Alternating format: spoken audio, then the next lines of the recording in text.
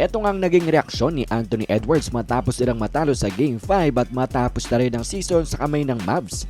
Pero bago yan, unahin natin ang sinabi ng kanilang head coach na si Coach Finch. Sabi niya na every series nga daw na kanilang nilaruan ay pataas daw ng pataas ang level ng competition. Ibang level na nga daw ang mga players, ibang level ang mga teams at ibang level na nga rin daw ang dapat na focus mo sa mga detalye ng laban dahil parang everything counts na nga daw sa mga games na ito.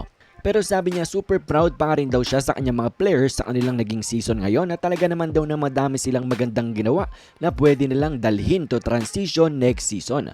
Sabi niya they will use it as a building block nga daw para sa kanilang gustong marating, gustong makuha na NBA championship.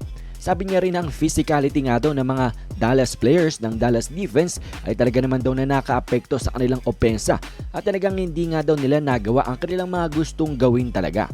Nabother nga daw kasi talaga sila nito at dahil meron nga daw silang dalawang elite paint protectors na sila Lively at pati na rin si Gafford, tapos lahat daw ng kanilang mga players plays at a high level defensively, plus maganda nga rin daw ang kanilang mga schemes na ginagawa defensively.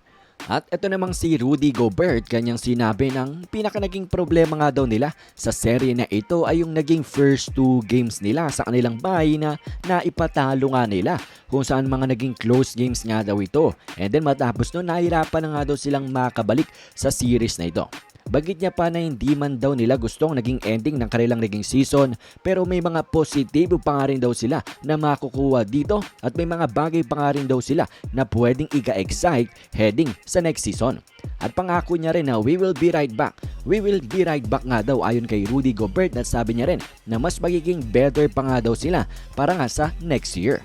At ito na nga ang mga nasabi ni Anthony Edwards. Sabi niya na ito nga daw si Luka hits 3 straight tough shots sa kanila sa umpisa pa lang ng laban and ayon nga sa mga reporter ay parang knockout punch nga daw yun agad sa kanila.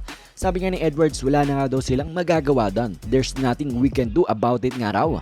Nasabi niya nga rin na we will be back next year nga daw. Kanyang pinangako yan sa interview. At sabi niya rin na sa series daw na ito against sa Mavs sa tingin ni Edwards ay never nga daw silang nag-click ng kanyang mga teammates miski isang game nga raw. Meaning wala nga silang naging magandang rhythm this series offensively at defensively. Hindi nga daw kagaya nung mga naging unang series nila against nga sa Phoenix Suns pati na rin sa Denver Nuggets.